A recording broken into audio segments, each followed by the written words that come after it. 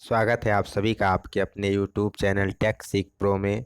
जैसा कि आज BSSC Vikram Sarabhai space centre का पेपर था, आप लोगों ने अच्छे से पेपर को अटेंड किया होगा। तो इस वीडियो में हम डिस्कस करने वाले हैं कि कौन कौन से क्वेश्चन पूछे गए थे, क्या उनका सॉल्यूशन है, कट ऑफ कितनी जाने वाली है, किस स्टेट की कट ऑफ कितनी जाने वाली है, कितना अगर आपने अटेंड किया है तो आपका सिलेक्शन हो सकता है। तो इन सारी चीज़ों पे डिस्कस करने वाले हैं। सबसे पहले हम पेपर को डिस्कस करेंगे कि कौन कौन से क्वेश्चन पूछे गए तो उसका क्या करेक्ट आंसर है। आप वीडियो को लास्ट तक देखिएगा, टोटल क्वेश्चन हम यहाँ पर डिस्कस करने वाले हैं। तो जैसा कि आपको पता है इस पेपर में टोटल कितने क्वेश्चन पूछे गए थे, तो टोटल नंबर ऑफ क्वेश्चन 80 थे, जिसके लिए आपको 2 घंटे का समय दिया गया था। मैक्सिमम मार्क कितना था, 320 नंबर का था। मीन्स एक क्वेश्चन 4 नंबर का था। निगेटिव मार्किंग की बात की जाए तो एक क्वेश्चन का अगर आप गलत उत्तर देते थे तो आपके लिए 1/4 नेगेटिव मार्किंग थी। मीन्स एक नंबर आपका गलत काटा जाना था।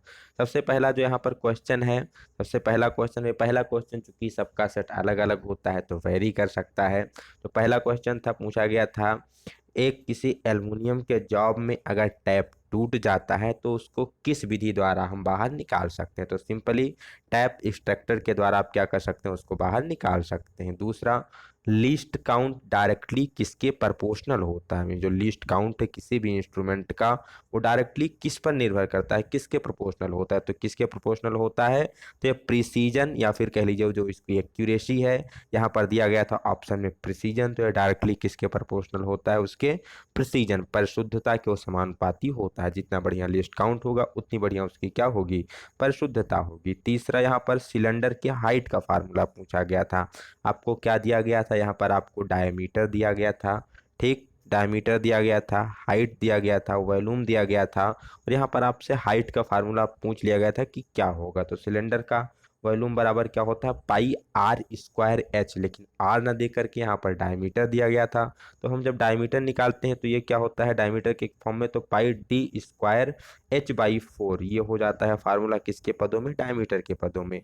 यहाँ से कैसे ये D/4 आया, D²/4, जब आप आर बराबर क्या रखेंगे, D/2 रखेंगे तो D का स्क्वायर करेंगे, D², 2 का स्क्वायर करेंगे तो 4 आ जाएगा, D²/4।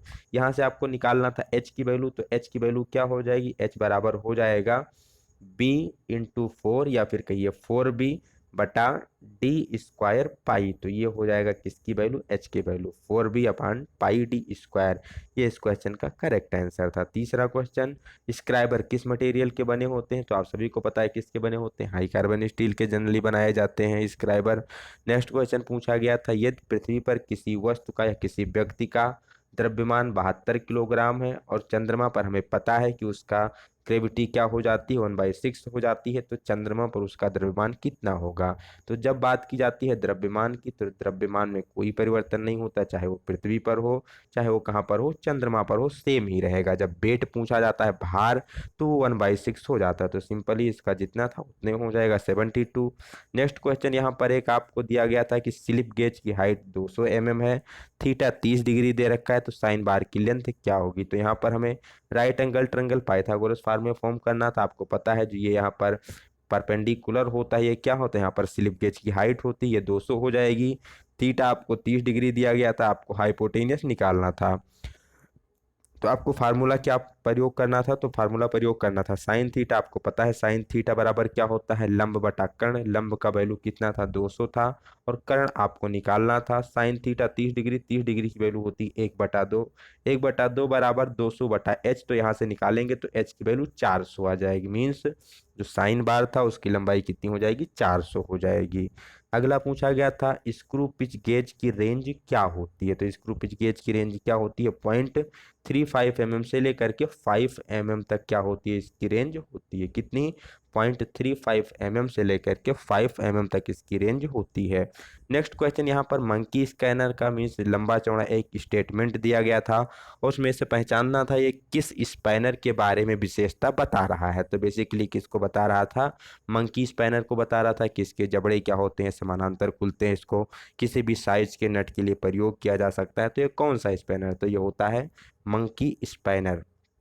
नेक्स्ट क्वेश्चन यहाँ पर आपको एक आयताकार आकृति की लंबाई 400 mm दी गई थी, चौड़ाई 200 mm दी गई थी, उसका एरिया फाइंड आउट करना था और जो भी उत्तर थे वो मीटर स्क्वायर में थे। तो इसका आप एरिया कैसे निकालते हैं, लेंथ इंटू ब्रेथ। लेंथ आपके पास था 400, अब इसको और ब्रेथ कितनी थी 200 थी। उत्तर किस में निकालना है, आपको मीटर में निकालना है। यहाँ पर दिया गया है किस में, मिलीमीटर में। तो हम सभी को पता है एक, अगर बात की जाए मीटर में कितने मिलीमीटर होते हैं तो 1000 होते हैं। तो इसको भी आप 1000 से डिवाइड करेंगे, इसको भी डिवाइड करेंगे तो 3 जीरो से, तो आपका ये 3 जीरो कैंसिल हो गया। फिर 4 दूनी 8, ठीक, 1 जीरो से 1 जीरो यहाँ कैंसिल हो गया, तो बचा 8/100।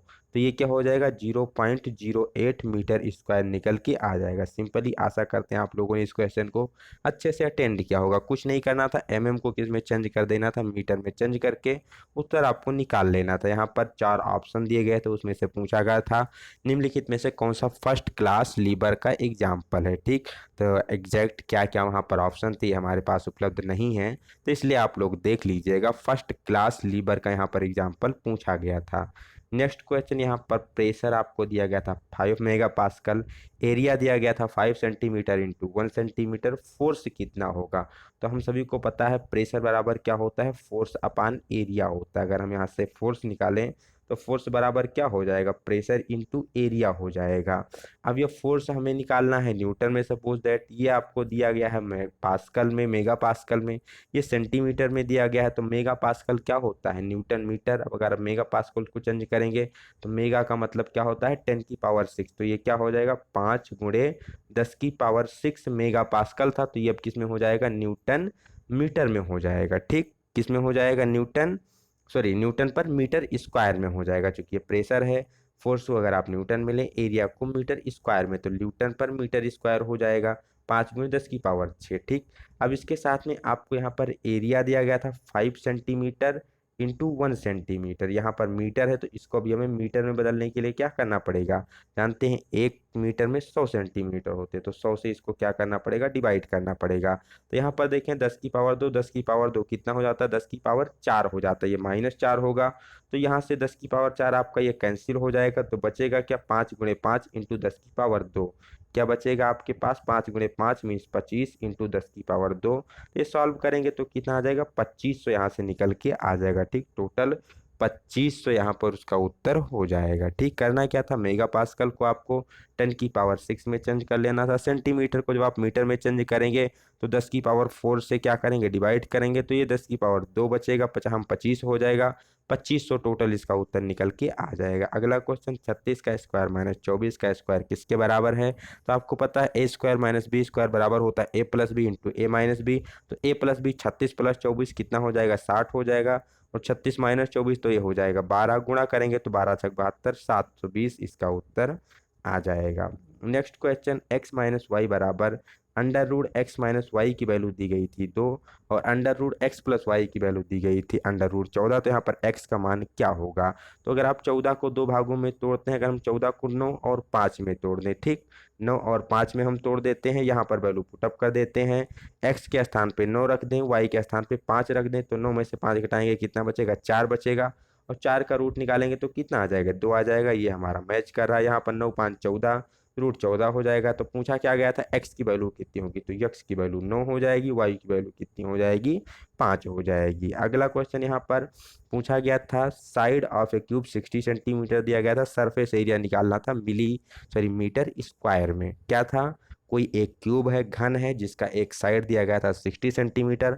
आपसे पूछा गया था इसका सरफेस एरिया मीटर स्क्वायर में कितना होगा। तो हमें पता है सरफेस एरिया यहाँ पर क्या होता है, घन का सरफेस एरिया होता है 6 ये स्क्वायर में 6 × साइड इंटू साइड, तो 60 × 60। अब ये 60 किस में है, सेंटीमीटर में है। उत्तर हमें किस में चाहिए, मीटर में चाहिए। तो आपको पता है 100 होता है, 1 मीटर में 100 सेंटीमीटर होते हैं, तो 100 से इसको डिवाइड कर दो, तो यहाँ 0 से 0 कट जाएगा।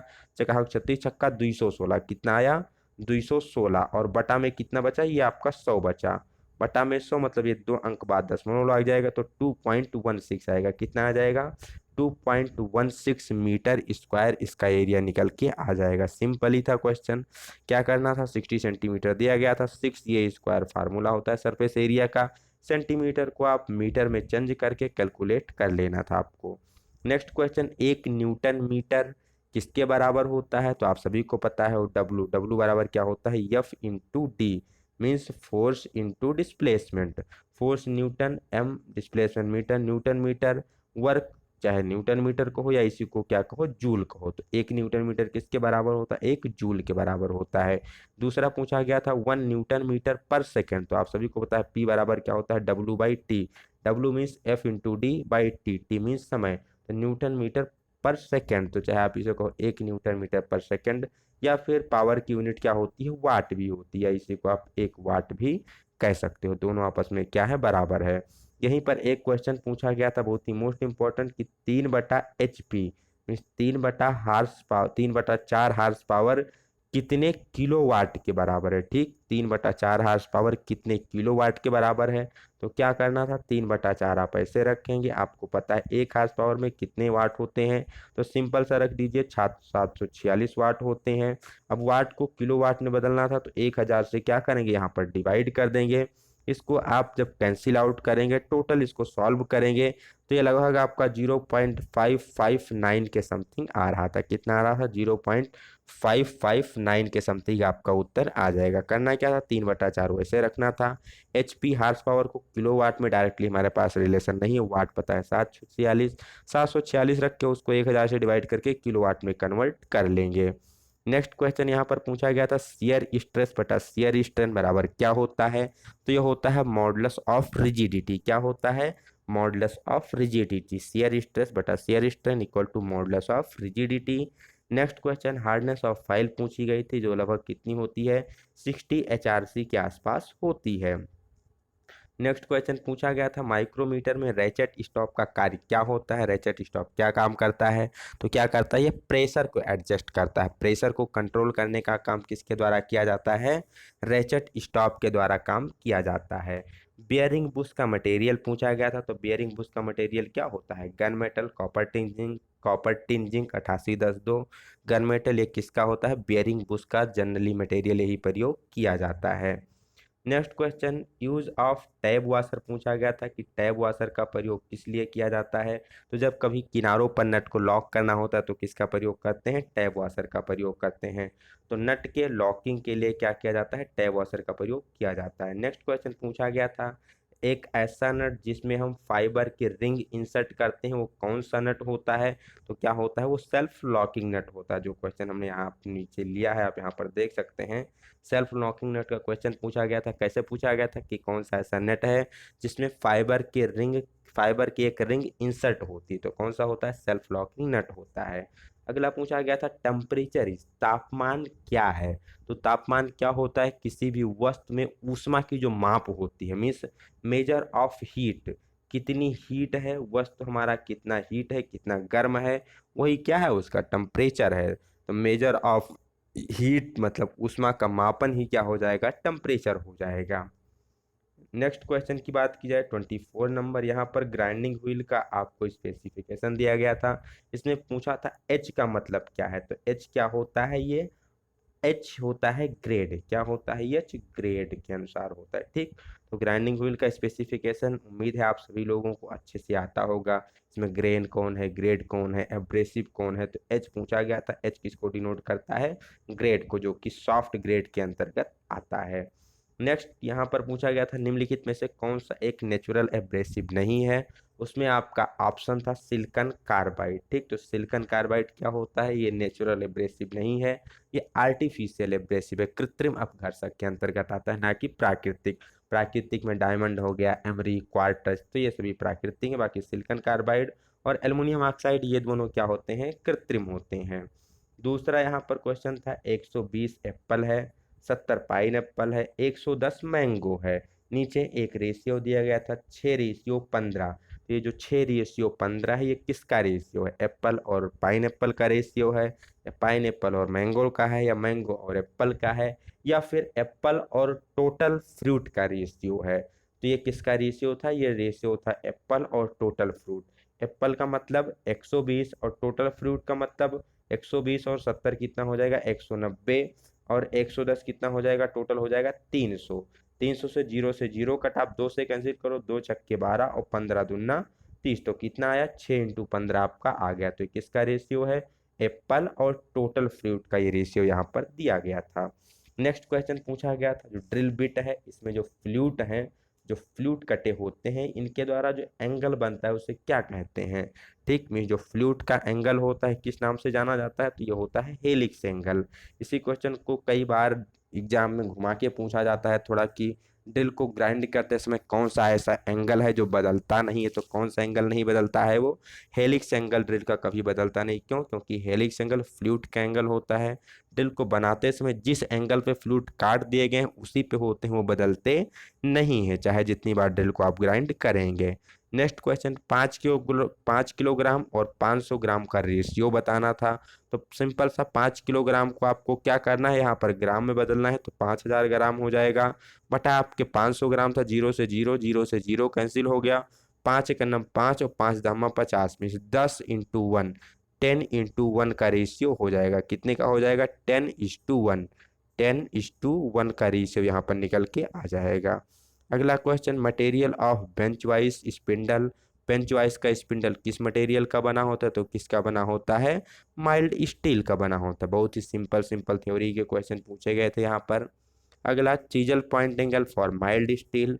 माइल्ड स्टील की जब हम कटिंग करते हैं तो उसके लिए चीजल का पॉइंट एंगल कितना रखा जाता है, तो ये होता है 55 डिग्री। कितना होता है? 55 डिग्री। ये भी क्वेश्चन पूछा गया था।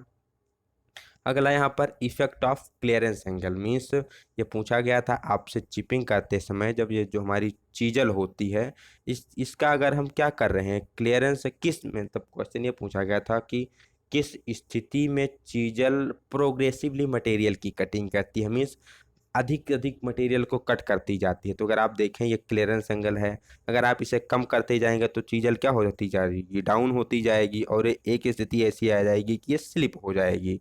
अब काटने की कंडीशन क्या है, तो ये आपका लंबवत सरफेस है, ये वर्क इसकी बॉटम सरफेस है, ये आपकी चीजल है। तो जैसे जैसा इसका क्लियरेंस एंगल बढ़ता जाएगा, ठीक, जैसे जैसे इसका क्लियरेंस एंगल बढ़ता जाएगा वैसे वैसे मेटल को और अधिक कटिंग करती जाएगी। तो चाहे कहिए कि क्लियरेंस एंगल बढ़ने से या फिर कहिए रैक एंगल के घटने से, तो ये मेटल को प्रोग्रेसिवली कट करती है। बट वहाँ पर क्लियरेंस एंगल इंक्रीज वाला आपका क्वेश्चन दिया गया था तो वो सही हो जाएगा। अगला क्वेश्चन यहाँ पर counter boring is done for. Counter boring क्यों की जाती है, ये क्वेश्चन पूछा गया था। तो काउंटर बोरिंग क्यों की जाती है? सॉकेट हेड स्क्रू को स्थान देने के लिए काउंटर बोरिंग की जाती है। Next question not a mechanical property. निम्नलिखित में से कौन सी मैकेनिकल प्रॉपर्टी नहीं है? वहां पर ऑप्शन में दिया गया था कोरोजन रेजिस्टेंस, पहला ही ऑप्शन था। तो कोरोजन रेजिस्टेंस क्या होती है? केमिकल प्रॉपर्टी होती है, ना कि वो एक मैकेनिकल प्रॉपर्टी होती है। ठीक, नेक्स्ट क्वेश्चन यहाँ पर पूछा गया था टेम्परिंग, बेसिकली पूछा गया था हार्डनिंग के बाद किसी मेटल को जो हम हार्ड कर लेते हैं उसके बाद उसको फिर से गर्म किया जाता है और फिर से ठंडा किया जाता है जिससे उसकी स्ट्रेंथ अच्छी हो जाती है। तो ये कौन सी प्रोसेस होती है? तो कौन सी होती है? टेम्परिंग प्रोसेस के अंतर्गत आती है। नेक्स्ट क्वेश्चन यहाँ पर आपको एक राइट एंगल ट्रायंगल का पेरीमीटर दिया गया था कि 12 है, उसमें से जो सबसे बड़ी भुजा है वो 5 है, तो उसका एरिया क्या होगा? तो इसके कहने का आपको जस्ट मतलब समझना था। अगर आप सबसे बड़ा भुजा देखें तो बड़ा भुजा मतलब हाइपोटेनियस 5 है। तो हाइपोटेनियस 5 है तो जाहिर सी बात है एक साइड 4 होगा एक साइड 3 होगा। अब चाहे लंब 3 हो या फिर आपका बेस 3 हो, एक 3 होगा एक 4 होगा, 5 4 9 3 12, टोटल आ भी रहा है आपका 12। इसका क्या निकालना था? एरिया निकालना है। तो राइट एंगल ट्रायंगल का एरिया क्या होता है? 1/2 बेस इंटू हाइट, हाइट 2 से कैंसिल करेंगे तो 2 3 जा 6, टोटल कितना आ जाएगा? 6 निकल के इसका एरिया आ जाएगा। नेक्स्ट क्वेश्चन पूछा गया था निम्नलिखित में से कौन सी एक वेक्टर क्वांटिटी है? वेक्टर क्वांटिटी में सदिश राशि, वहां पर ऑप्शन दिया गया था डी में नंबर में वर्क। तो वर्क मीन्स कार्य, कार्य बराबर क्या होता है? बल गुणे बल की दिशा में विस्थापन। यहाँ आपको दिशा की जरूरत पड़ती है इसीलिए वर्क क्या होता है? वर्क आपका एक सदिश राशि होती है। नेक्स्ट फैक्टर ऑफ सेफ्टी पूछा गया था कि फैक्टर ऑफ सेफ्टी का फार्मूला क्या होता है? तो हमने आपको पिछले में जो अपने WCS के क्वेश्चन करवाए थे उसको अगर आप देख के गए होंगे 3 से 4 वीडियो जो हमने दी थी वर्कशॉप कैलकुलेशन की, 2 टेक्निकल की वीडियो, कोई भी न्यूमेरिकल आपका उससे बाहर नहीं गया है, ठीक, कोई भी न्यूमेरिकल आपका उससे बाहर नहीं गया है, सारे के सारे न्यूमेरिकल उसी पीडीएफ से आपके आए हुए हैं। फैक्टर ऑफ सेफ्टी क्या था, तो जो अल्टीमेट टेंसाइल स्ट्रेंथ होती है, ठीक है, या अल्टीमेट टेंसाइल लोड होता है बटा वर्किंग लोड, यही क्या होता है, फैक्टर ऑफ सेफ्टी होता है। नेक्स्ट यहाँ पर दिया गया था ड्राइवर गियर, मान लीजिए 20 दांतें हैं, 100 आरपीएम पे रोटेट कर रहा है, दूसरा ड्रिवन गियर में 40 दांतें हैं, तो कितने आरपीएम पे रोटेट करेगा। फार्मूला क्या होता है, N1 D1 अपान T1 बराबर N2 D2 बटा T2। इस पे हमने आपको बढ़िया से न्यूमेरिकल करवाया है। तो यहाँ पर फाइनली क्या निकल के आता है, N1 बटा T1 बराबर N2 बटा T2। ठीक, अब यहाँ पर N1 की वैल्यू कितनी दी गई है, तो N1 की वैल्यू दी गई है 100, T1 की वैल्यू दी गई है 20, N2 आपको निकालना है, T2 की वैल्यू दी गई है 40। 20 40 कैंसिल करेंगे, दो दो को 100 से मल्टीप्लाई करें हो कितना हो जाएगा, 200 आ जाएगा। ठीक, तो ये आपका करेक्ट आंसर हो जाएगा। अगला क्वेश्चन पूछा गया था मोमेंटम ऑफ ए बॉडी, किसी बॉडी का जो संवेग होता है क्या होता है, संवेग बराबर होता है द्रव्यमान गुणे वेग, momentum equal to mass into velocity, द्रव्यमान गुणे वेग। डायरेक्ट आपसे फार्मूला पूछ लिया गया था। Next function of taper square drift, तो ये थोड़ा मुझे कंफ्यूजन में है कि जो ड्रिफ्ट है वही है या टेपर स्क्वायर ड्रिफ्ट कुछ दूसरी होती है, तो इसका थोड़ा आप लोग फंडामेंटल देख लीजिएगा। अगर आई थिंक अगर ये ड्रिफ्ट है तो मशीन के स्पिंडल से ड्रिल को निकालने के लिए, या फिर आपका जो ऑप्शन दिया होगा उस हिसाब से आप इसके तरफ जा सकते हैं। अगला पूछा गया था कंडक्टिविटी ऑफ इंसुलेटर, क्या पूछा गया था, कंडक्टिविटी ऑफ इंसुलेटर क्या होती, जो एक मीन्स जो अवरोधक होते हैं, कुचालक होते हैं, उनका कंडक्टिविटी क्या होता है। तो कुचालक कोई भी लकड़ी है, प्लास्टिक है, तो किसी भी हीट को अपने से गुजरने नहीं देते, तो इनकी कंडक्टिविटी क्या होती है, जीरो होती है। अगला क्वेश्चन रोलिंग कॉन्टैक्ट बियरिंग, जो रोलिंग कॉन्टैक्ट बियरिंग है इसका निम्नलिखित में से कौन सा गुण है। सबसे पहला ऑप्शन दिया गया था कि यह क्या है, एंटी फ्रैक्शन बियरिंग होती, तो यही आपका ऑप्शन सही हो जाएगा। रोलर कॉन्टैक्ट बियरिंग क्या होती है, घर्षण रोधी बियरिंग होती है, एंटी फ्रैक्शन बियरिंग के अंतर्गत रखी जाती है। Next question grade of B block पूछा गया था, तो बी ब्लॉक के कितने ग्रेड होते हैं, ए और बी, दो ग्रेडों में आपके बी ब्लॉक पाए जाते हैं, आप सभी अच्छे से इसको जानते होंगे। नेक्स्ट क्वेश्चन नॉट ये वर्क होल्डिंग डिवाइस, यहाँ पर आपको ऑप्शन दिए गए थे कैच प्लेट, मैंड्रल, फेस प्लेट, चक, मैग्नेटिक चक, ये सारे ऑप्शन थे। आई थिंक जो इसका करेक्ट आंसर हो जाएगा ये हो जाएगा कैच प्लेट। कैच प्लेट आपकी वर्क होल्डिंग डिवाइस नहीं होती, ये डॉग कैरियर को क्या करती है, घुमाती है। नेक्स्ट 62 किलोग्राम और 8 ग्राम को आपको कन्वर्ट करना था, वहाँ पर अगर ऑप्शन की बात किया तो इसको आपको जो ऑप्शन मैच कर रहा था वो कंबाइंड किलोग्राम का मैच कर रहा था। तो 8 ग्राम को जब आप किलोग्राम में कन्वर्ट करेंगे तो 1000 से डिवाइड करेंगे तो 0.008 हो जाएगा। तो टोटल इसको क्या लिख सकते हो, 62.008 किलोग्राम आप इसको लिख सकते हो। तो यही ऑप्शन नंबर सी इस क्वेश्चन का करेक्ट आंसर था। नेक्स्ट क्वेश्चन 20H7G6 एक फिट दी गई थी, क्या दिया गया था, 20H7G6 एक फिट थी, और जो ये फिट है इसमें आपको दिया गया था H7। H7 का मतलब क्या हो गया, जो होल का टॉलरेंस है क्या दिया गया था, 0 और 20 दिया गया था, मतलब इसका deviation lower deviation 0, upper deviation इसका दिया गया था 20। दूसरा क्या दिया गया था, दूसरा जो G6 है मीन जो शाफ्ट का डेविएशन है, ये आपको शाफ्ट का डेविएशन कितना दिया गया था, -7 दिया गया था, उसके साथ साथ -21 दिया गया था। अब यहाँ से ही आपसे पूछ रहा था कि इसमें मैक्सिमम क्लियरेंस कितना होगा। तो मैक्सिमम क्लियरेंस का फार्मूला आप सभी को पता है क्या होता है। तो मैक्सिमम क्लियरेंस अगर आपको निकालना है, क्लियरेंस मतलब होल बड़ा होगा, जब भी मैक्सिमम क्लियरेंस निकालना है तो हम आपको मैक्सिमम होल के साइज में से मिनिमम होल का साइज क्या करना होगा, माइनस करना होगा।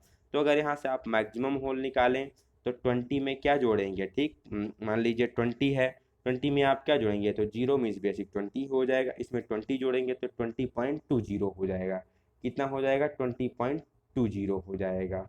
अब जब इसका आप मिनिमम निकालेंगे तो मिनिमम सबसे कम कौन सा है, -21 वाला है, ये आपका अपर डेविएशन है, ये लोअर डेविएशन है, तो यहाँ से शाफ्ट का मिनिमम निकालेंगे तो 19 पॉइंट कितना आ जाएगा, 79 आ जाएगा। अब इसका जब आप डिफरेंस निकालेंगे तो कितना आएगा, 41 आएगा, कितना आएगा, 41 आएगा। तो ये 41 जो माइक्रोन है यही इसका क्या हो जाएगा, सही आंसर हो जाएगा मैक्सिमम क्लियरेंस का। नेक्स्ट क्वेश्चन पूछा गया था मैक्सिमम डेप्थ ऑफ थ्रेड, किस थ्रेड की डेप्थ मैक्सिमम होती है, ठीक। कौन सी ऐसी थ्रेड है जिसकी डेप्थ क्या होती है, मैक्सिमम होती है, तो होती है बटरेस थ्रेड जिसका एंगल होता है 45 डिग्री और डेप्थ होती है 0.75। डेप्थ क्या होती है, 0.75 होती है, तो ये क्या होती है, सबसे मैक्सिमम डेप्थ होती है। अगला क्वेश्चन यहाँ से पूछा गया था आपसे रिजल्टेंट फोर्स के बारे में। तो आप सभी ने पढ़ा होगा चतुर्भुज का नियम। तो यहाँ पर रिजल्टेंट फोर्स मान लीजिए एक ये है एक बी है, तो इस रिजल्टेंट फोर्स आर को निकालना होता है। तो ये कैसे निकालते हैं, तो यहाँ पर आर का फार्मूला होता है √a² plus b² plus 2ab cos theta. क्या फार्मूला होता है, ये स्क्वायर प्लस b² प्लस में जो आपका मीन्स अंडर रूट ही है √a² plus b² plus 2ab cos theta, ठीक। ये आपका क्या हो जाता है, रिजल्टेंट फोर्स का फार्मूला हो जाता है। बहुत ही इंपॉर्टेंट, इसी पर लामी थ्योरम वगैरह से भी कई बार क्वेश्चन पूछ लिए जाते हैं, ठीक। तो चलते हैं नेक्स्ट क्वेश्चन की तरफ। और क्या क्वेश्चन पूछे गए थे, नेक्स्ट क्वेश्चन यहाँ से पूछा गया था टेपर पिन का रेशियो कितना होता है। बहुत ही मोस्ट इम्पोर्टेंट क्वेश्चन। अगर बात की जाए कि जो टेपर पिन है, टेपर पिन का रेशियो कितना होता है, टेपर पिन का रेशियो कितना होता है, 1:50 होता है। बहुत ही इजी क्वेश्चन था और इम्पोर्टेंट क्वेश्चन भी कह सकते हैं। तो टेपर पिन का रेशियो कितना है, 1:50 होता है। नेक्स्ट क्वेश्चन की तरफ चलते हैं। नेक्स्ट क्वेश्चन पूछा गया था एक सर्किल में किसी वृत्त में जो ग्रीक अक्षर पाई होता है ये किसका रेशियो होता है, पाई का मतलब क्या होता है। तो पाई रेशियो कब आएगा, तो यहाँ पर अगर आप बात कर ले 2πr और बटा 2r, ठीक। किसकी बात की जाए, 2πr बटा 2r। तो 2πr क्या होता है, सरकमफ्रेंस होता है और 2r क्या होता है, तो डायामीटर होता है। तो सरकमफ्रेंस और डायामीटर का जो रेशियो होता है वो किसके बराबर होता है, पाई के। चूंकि 2 से 2 कैंसिल हो जाएगा, r से r कैंसिल हो जाएगा, बचेगा क्या, पाई बचेगा। तो 2πr होता है सरकमफ्रेंस और 2r होता है डायमीटर। सरकमफ्रेंस और डायमीटर का जो रेशियो होता है वो किसके बराबर होता है, पाई ग्रीक लेटर के बराबर होता है। अगला क्वेश्चन यहाँ पर पूछा गया था calculate cost of 5 mm into 5 mm cross section square bar with a length of 4 metre made of metal with density 3 gram per centimetre cube unit cost metal RS 1000 kilogram. यहाँ पर बेसिकली एक square section का एक block है जिसका क्या है 5x5 mm है और 4 मीटर इसकी क्या है लेंथ है। यहाँ ध्यान देना है डेंसिटी आपको 3 ग्राम पर सेंटीमीटर दी गई है। आपको मास निकालना है तो मास रो बराबर क्या होता है, m/b होता है। तो यहाँ पर द्रव्यमान निकालने के लिए आपको डेंसिटी और वॉल्यूम का गुणा करना पड़ेगा। Density 3 gram per centimetre cube दी गई है, वॉल्यूम आपको निकालना है। तो वॉल्यूम निकालते समय सारे यूनिट को पहले किस में करना होगा, सेंटीमीटर में करना होगा। तो वॉल्यूम बराबर क्या हो जाएगा, लेंथ ब्रीथ हाइट, लेंथ है 5 mm, इसको किस में बदलेंगे, सेंटीमीटर, 10 से डिवाइड करेंगे। ये भी 5 mm है, इसको 10 से डिवाइड करेंगे, ये हो जाएगा आपके इसमें सेंटीमीटर में। यहाँ पर 4 मीटर है, ये हो गया 4। अब मीटर है सेंटीमीटर में बदलना है, 100 से गुणा करेंगे, 0 0 0 0 क्या हो गया, कैंसिल हो गया। तो हम 25 चौका क्या हो जाएगा, 25 चौका 100। टोटल इसका वॉल्यूम कितना आ गया, 100 इसका टोटल वॉल्यूम निकल के आ गया। अब इसका अगर आप क्या निकालेंगे, मास निकालेंगे, क्या सॉरी क्या निकालेंगे, इसका आप मास निकालेंगे तो मास रो बराबर m/b से निकालेंगे। रो और बी का गुणा करेंगे, रो है 3 और बी है आपका 100। तो मास टोटल कितना आ जाएगा, 300 आ जाएगा, ठीक। अब ये 300 क्या आ जाएगा, ग्राम आ जाएगा, ठीक। 300 क्या आ जाएगा, ग्राम आ जाएगा। अब 300 ग्राम को आप क्या कह सकते हो, 0.3 किलोग्राम कह सकते हो। क्या कह सकते हो, 0.3 किलोग्राम। अब 1 किलोग्राम का मूल्य कितना है, 1000 है। तो 0.3 किलोग्राम का क्या होगा, तो इसी को आप 1000 से गुणा कर दो, ठीक। इसी को क्या करना है, आपको 1000 से गुणा करना है। यहाँ पर थोड़ा सा कहीं मिस्टेक हो रहा है, एक बार हम इसको चेक कर लेते हैं। यहाँ पर दिया गया था आपका, पहले हमें क्या निकालना है, वॉल्यूम निकालना है। वॉल्यूम 5 × 5 है, इंटू आपका 4 मीटर है। अभी आपका मीटर है, सेंटीमीटर बदलने के लिए 10 से डिवाइड किए, इसको भी 10 से डिवाइड किए। और यहाँ पर क्या है आपका मीटर है, इसको भी किस में बदलना है, सेंटीमीटर में बदलना है। तो 1 मीटर में होते हैं 100 सेंटीमीटर, 0 0, ये 0 से 0 कैंसिल हो गया, हम 25, 25 चौका आ गया 100, ठीक। टोटल आपका बी कितना आ गया, 100 आ गया, 100 सेंटीमीटर क्यूब। और जब इसको आप 3 से गुणा करेंगे तो कितना हो जाएगा, 300 मीटर मीन्स 300 क्या आ जाएगा आपका, ग्राम आ जाएगा। ठीक, टोटल आपका 300 ग्राम आ जाएगा। अगर आप इसी को 1000 से डिवाइड करें, ठीक, 1000 से डिवाइड करके आप इसको किलोग्राम में बदलेंगे तो कितना आ जाएगा, 0.3 किलोग्राम यहाँ से निकल के आ जाएगा। अब ये क्या 0.3 किलोग्राम है आपके पास, और टोटल 1000 लगता है कितने का, 1 किलोग्राम का। अब ये कितना है, 0.3 है। तो इस 0.3 को आपको क्या करना पड़ेगा, 1000 से गुणा करना पड़ेगा। तो ये कितना हो जाएगा, टोटल 123। अब कितने, एक अंक बाद दशमलव लगेगा, तो उत्तर कितना आ जाएगा आपका, 300 रुपये आ जाएगा। कितने आ जाएगा, 300 रुपये इसका टोटल कास्ट हो जाएगा। नेक्स्ट क्वेश्चन की बात करते हैं। Across flat dimension of hexagon is 20√3। What is the minimum dia of rod required to made hexagon. मान लीजिए ये कोई हेक्सागोन है, ठीक है, ये क्या है, हेक्सागोन है। हमने आपको WCSC क्लास में पढ़ाया था, जो फ्लेट टू फ्लेट डिस्टेंस होती है ये कितनी होती है, √3 ये होती है। और इसकी वैल्यू कितनी दी गई है, तो इसकी वैल्यू दी गई है 20√3। तो यहाँ से √3 से √3 कैंसिल हो जाएगा। तो जो ये है ए मतलब हो गया साइड, इसकी वैल्यू कितनी आ जाएगी, 20 आ जाएगी।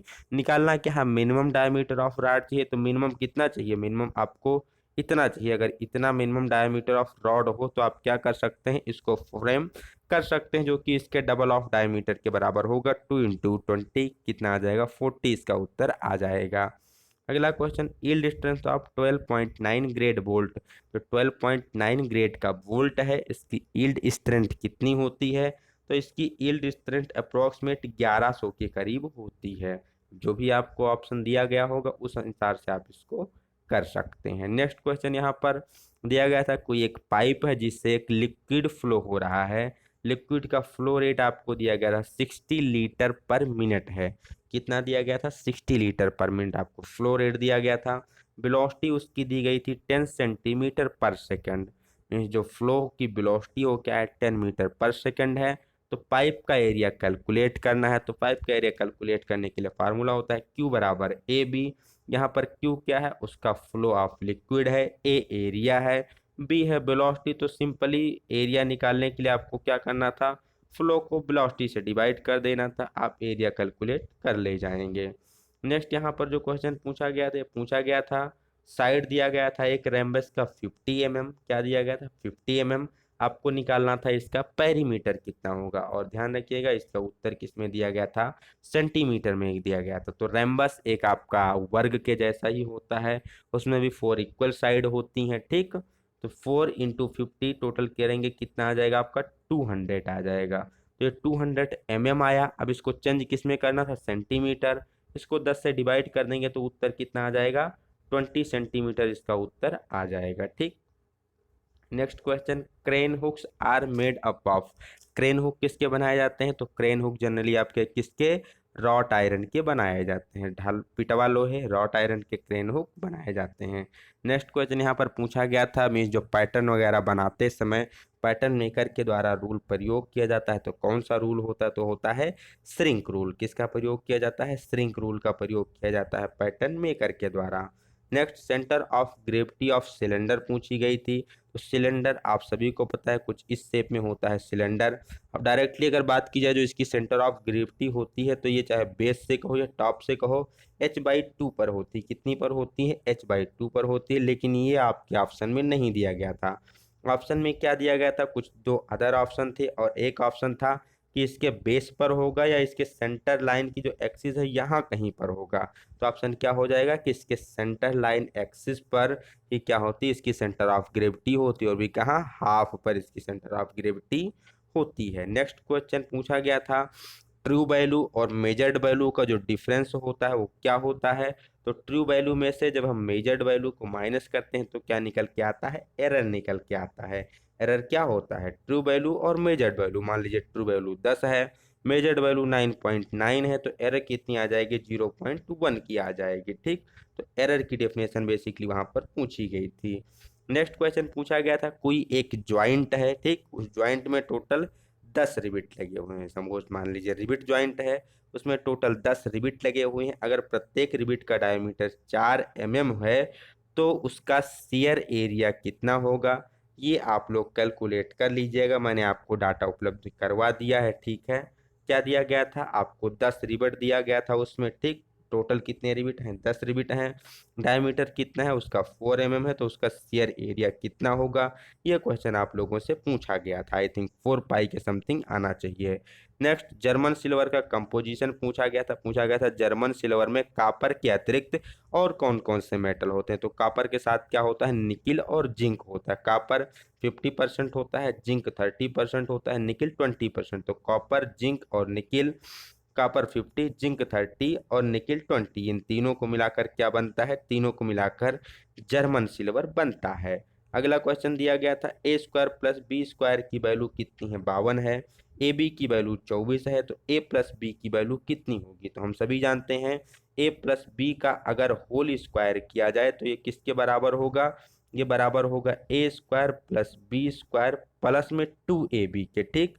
अब यहाँ पर आपको ए स्क्वायर बी स्क्वायर की वैल्यू 52 दी गई है, 2ab निकालना है। ए बी की वैल्यू 24 है, ए बी को डबल करोगे तो 48 हो जाएगा। 48 में 52 को जोड़ोगे कितना आएगा? 100 आएगा। तो ए प्लस बी का होल स्क्वायर बराबर है 100 के, तो ए प्लस बी किसके बराबर हो जाएगा? 10 के बराबर ये हो जाएगा। ए प्लस की वैल्यू कितनी हो जाएगी? तो ए प्लस की वैल्यू 10 निकल के यहाँ से आ जाएगी। नेक्स्ट क्वेश्चन पूछा गया था स्टेनलेस स्टील का कंपोजिशन क्या होता है, ठीक। तो स्टेनलेस स्टील में सबसे पहले आपका आयरन चाहिए, फिर कार्बन चाहिए, फिर उसके साथ क्या चाहिए? क्रोमियम चाहिए और निकिल चाहिए, ठीक। तो आयरन, कार्बन, क्रोमियम और निकिल, ये चारों चीज़ों के मिलने से क्या बनता है? स्टेनलेस स्टील का निर्माण होता है। नेक्स्ट क्वेश्चन यहाँ पर एक ड्रिलिंग से दिया गया था। ड्रिलिंग का जो डायमीटर था ड्रिल का 20 mm था। Cutting speed 31.4 metre per minute थी। आपको आरपीएम कैलकुलेट करना था। तो आरपीएम कैलकुलेट करने के लिए फार्मूला क्या होता है? कटिंग स्पीड गुणे 1000 बटा पाई इंटू डी, ठीक। ये आपके पास फार्मूला होता है, आप वैल्यू रख दीजिए। कटिंग स्पीड दिया गया था 31 दशमलव कितना 4 दिया गया था, गुणे आप रखेंगे 1000 बटा में आप पाई की वैल्यू 3.14 रखेंगे, डी का मान 20 रखेंगे। इसको इससे कैंसिल करेंगे 10 आ जाएगा, इसको इससे कैंसिल करेंगे 50 आ जाएगा। टोटल कितना आ जाएगा? 500 निकल के आ जाएगा। कितना आरपीएम हो जाएगा? 500 यहाँ पर आरपीएम हो जाएगा। चलिए बढ़ते हैं नेक्स्ट क्वेश्चन की तरफ। नेक्स्ट क्वेश्चन पूछा गया था वर्नियर डेप्थ रॉड जो होती है, मीन्स वर्नियर में जो वर्नियर डेप्थ रॉड होती है या वर्नियर डेप्थ गेज के, वो किसके साथ अटैच होती है? तो किसके साथ अटैच होती है? जो यहाँ पर मूवेबल जा होता है उसी के साथ क्या होती है? वर्नियर की जो डेप्थ रॉड होती है वो अटैच की हुई होती है।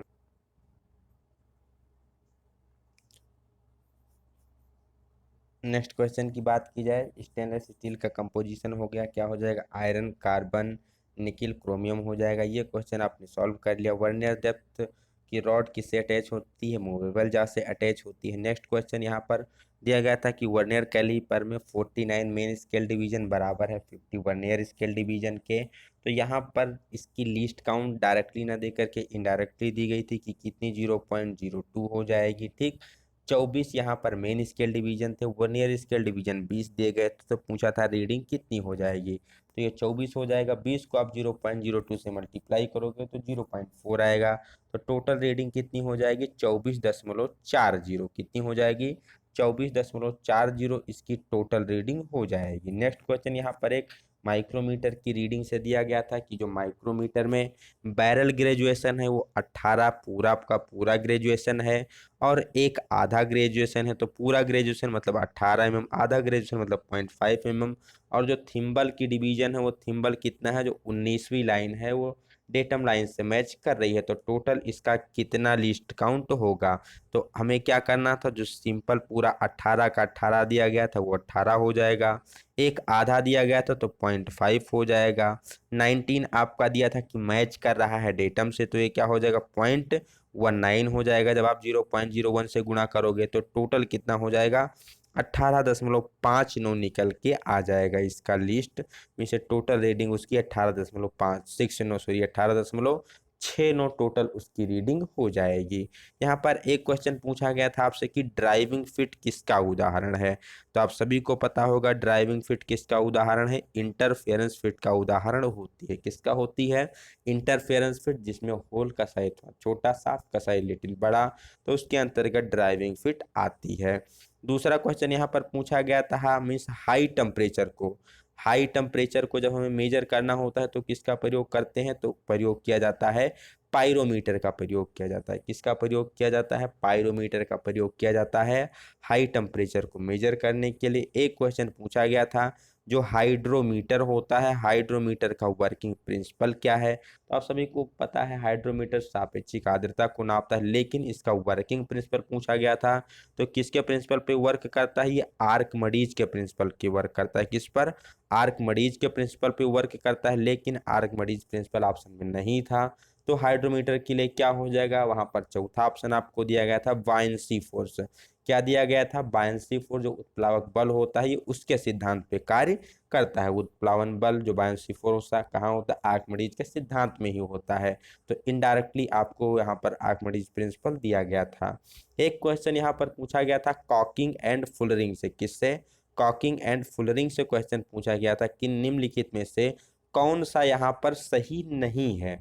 क्या पूछा गया था कि निम्नलिखित में से कौन सा यहाँ पर सही नहीं है। वहाँ पर आपको कॉकिंग के कुछ मीन्स कह सकते हैं बेसिक वहाँ पर दिए गए थे, और कुछ यहाँ पर आपको फुलरिंग से कुछ रिलेटेड वहाँ पर टर्मिनोलॉजी दी गई थी। और पूछा गया था यहाँ पर कौन सा कॉकिंग और फुलरिंग से संबंधित नहीं है। तो आई थिंक जो उसका उत्तर हो जाएगा वो कॉकिंग, ऑप्शन नंबर बी वाला सही हो जाएगा।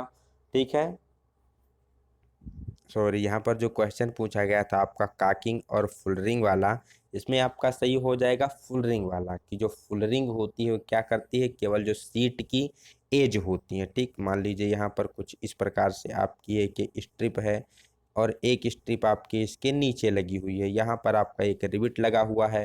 तो जो कॉकिंग टूल होता है उसको हम यहाँ भी प्रयोग कर लेते हैं और कॉकिंग टूल को यहाँ भी प्रयोग कर लेते हैं। लेकिन जो फुलरिंग टूल होता है इसके जो एज की चौड़ाई होती है टोटल सीट के एज के बराबर होती है, तो इसे हम यहाँ पर प्रयोग नहीं कर सकते, केवल सीट के किनारे पर प्रयोग करते हैं, सेंटर में प्रयोग नहीं करते फुल रिंग टूल को।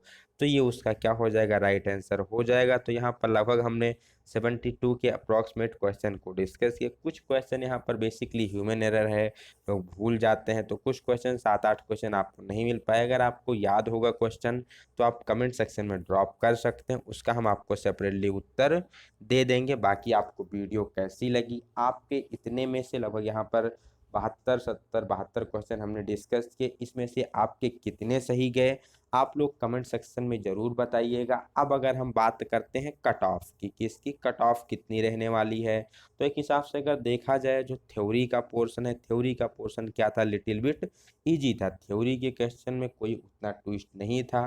ट्विस्ट किस में था, तो ट्विस्ट था यहाँ पर जो WCS workshop calculation and science के क्वेश्चन पूछे गए थे। यूनिट आपको डायरेक्टली ना दे करके इनडायरेक्टली दिया जा रहा, थोड़ा सा कैलकुलेशन वाला था। तो अगर हमारे हिसाब से देखें, अपने एक्सपीरियंस से बताएं, तो जिनका जो जर्नल वाले हैं, जर्नल में 70 से लेकर के 75 के बीच में जिसके उत्तर सही हो रहे हैं, मीन्स 70 से ऊपर हैं, बिलो 70 होंगे तो उनके चांसेस कम हैं। बट जिनके स्कोर 70 प्लस आ रहे हैं, जर्नल से हैं, तो वो अपने आप को स्किल टेस्ट के लिए प्रिपरेशन करना स्टार्ट कर दें, प्रिपेयर करें आपको स्किल टेस्ट के लिए। उनका सिलेक्शन 100% यहाँ पर कंफर्म है। ठीक, क्योंकि 4 से 5 क्वेश्चन इसमें ऐसे थे जो नए क्वेश्चन थे, जो कि पहली बार पूछे गए थे। जैसे मान लीजिए यहाँ पर जो दिया गया था, क्या दिया गया है, 12.9 ग्रेड का जो बोल्ट है इसकी यील्ड स्ट्रेंथ कितनी है, या पाइप के फ्लो वाला क्वेश्चन हो गया, या रिवेटिंग जॉइंट में 10 रिविट है, 4 mm डायमीटर है। तो इस प्रकार के जो क्वेश्चन थे ये कुछ नए क्वेश्चन थे जो कि मतलब मैक्सिमम लोगों से नहीं बने होंगे। गेस कह दिया जाए, किसी का लग गया किसी का नहीं लग गया वो अलग की बात है। लेकिन यहाँ पर बाई मीन्स अगर बात की जाए थ्योरेटिकली, तो 70 से 75 क्वेश्चन जनरल वालों के लिए यहाँ पर मेरिट जाने वाली है। अब इसी के अनुसार OBC अपना 1 2 क्वेश्चन कम कर सकते हैं, SC ST उससे अपना 1 2 क्वेश्चन कम करके अपने आप की मेरिट कैलकुलेट कर सकते हैं। ठीक, आप लोग कमेंट सेक्शन में अपने मार्क्स बताना मत भूलिएगा। मिलेंगे आपसे हम नए वीडियो में एक नई जानकारी के साथ, तब तक के लिए बने रहिए हमारे साथ यूं ही। Till then have a good day, best of luck, bye bye.